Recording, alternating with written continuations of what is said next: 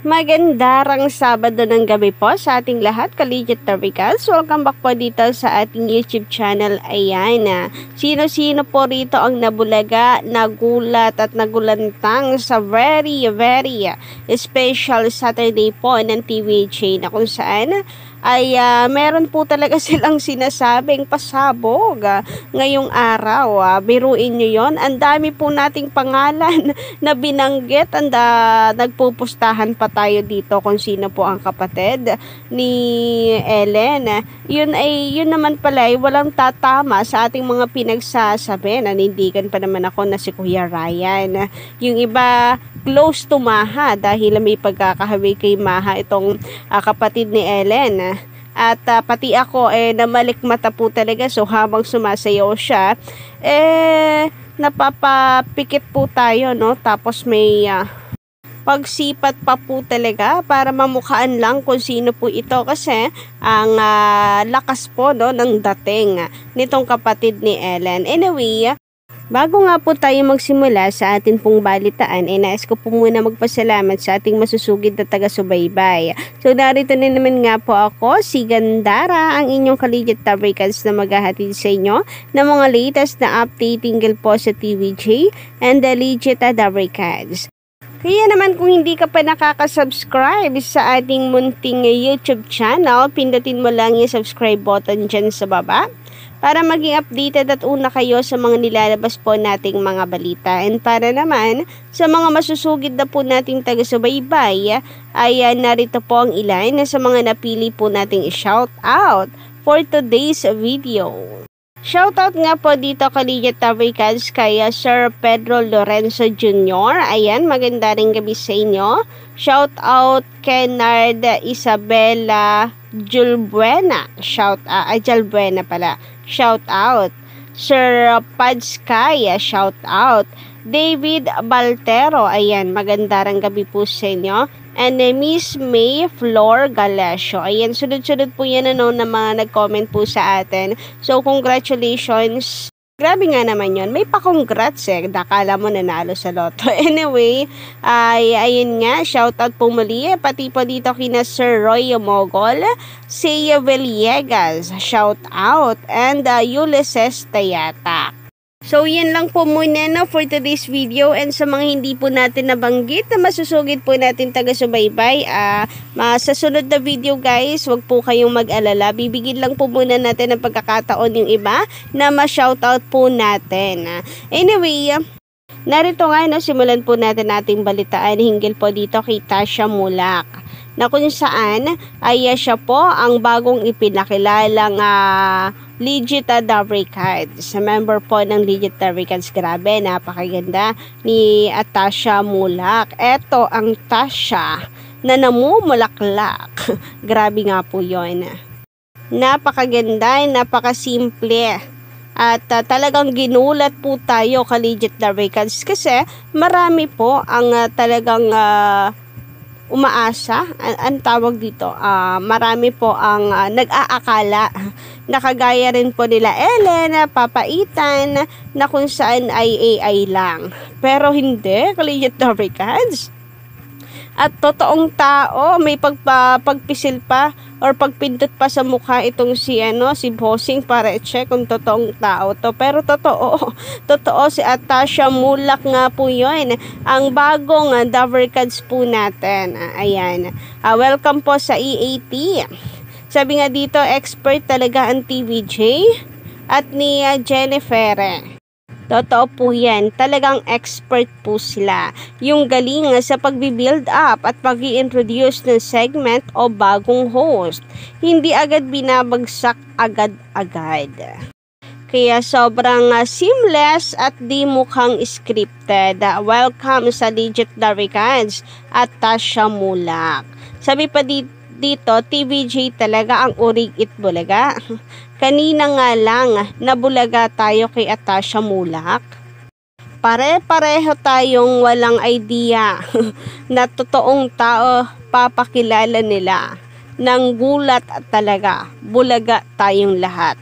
#legit Tarbicals. Kaya nga po, walang duda. Kaya po sila ay tumagal ng 44 years dahil talagang napakatalino ng TVJ. Alam na alam po nila kung paano po tayo bubulagain. And ayan, ang resulta nag-trending po tayo Collegiate Darikads. Yung number 1 trending agad si Atasha Mulak. Grabe din kasi ang pa-suspense kanina. Haha. Ang galing ng pagpapasurprise nila bossing. Walang nakahula. Expect ng karamihan yung isa sa legit Darikads ang gagawing babae. Grabe, yung pa-surprise introduction ng bagong Darikads. Trending agad si Atasha Mulak, #legit Darikads, si ATTV5. Yung inaabangan ng lahat, kapatid ni Ellen, baka si Ryan kasi siya lang yung wala. Totoo, maski ako talagang Kuya Ryan po ang pisil ko, nakikipagpustahan pa man din ako. Pero mukhang wala namang nanalo sa atin. Kaya wala po akong utang sa inyo. Pare-parehas po tayong mali ang hula. Anyway, sabi di pa dito, no? Or baka si Jose o Wally, pero gulat lahat. Ang ganda-ganda, Atasha Mulak. Iba talaga kayo. Official TVJ, #legit Darikads. Grabe, ang dami nating pinangalanan. Halos isa-isahin na natin. Ultimo yung wala po dyan, si Maha Salvador, ay naano pa natin, nasabi na baka siya. Bulagain tayo ni Maha at bumalik ulit siya sa AAT. Pero Atasha Mulak pala. Anyway, bukod nga po dyan Collegiate Darikads ay umani po ito ng samut-saring reaction sa mga netizen na kung saan ay ang ilan po sa mga komento ay talagang ang TVG kapag ka namimili ay yung mga good influence lang talaga. Kaya iba talaga ang reputasyon ng show nila. Si Karen daw nag-improve na sa pag-host. Ganda ng next gen ng EAT Babies. Totoo po yan. And narito pang ilang mga komento ng netizen na kung saan very good daughter, nakaka-inspire lalo manood sa EAT. So, kung mapapansin nyo naman talaga Collegiate Darikads, no, talagang good influence po ang mga host ng EAT. Iba talaga ang TVJ and marunong sila guys. Marunong po silang kumuha ng mga host na alam po nilang may potential. Ilan na po bang mga artista ang nakapasok po? Ayan, makikita nyo dyan, no, yung mga komento po yan ng mga legit Darikads. Anyway, ilan mga bang artista ngayon ang talagang sikat na ngayon na nagmula po sa Itbulaga? So, sa pag-host, isa na po si Tony Gonzaga. So si Tony ay sikat na po ngayon, knowing na siya ay nagsimula din po sa Itbulaga. Si Maine Mendoza, hindi po natin maikakailan na si Maine Mendoza magaling na rin po yung mag-host. Kaya nga meron na rin po siyang sariling main goals. And then kayang-kaya kasi ni Maine ang mag-comedy, isabay lahat, mabilis po siyang matuto. And kung makikita nga po natin dito Collegiate Darikads, hindi lamang po isa ang trending po sa atin.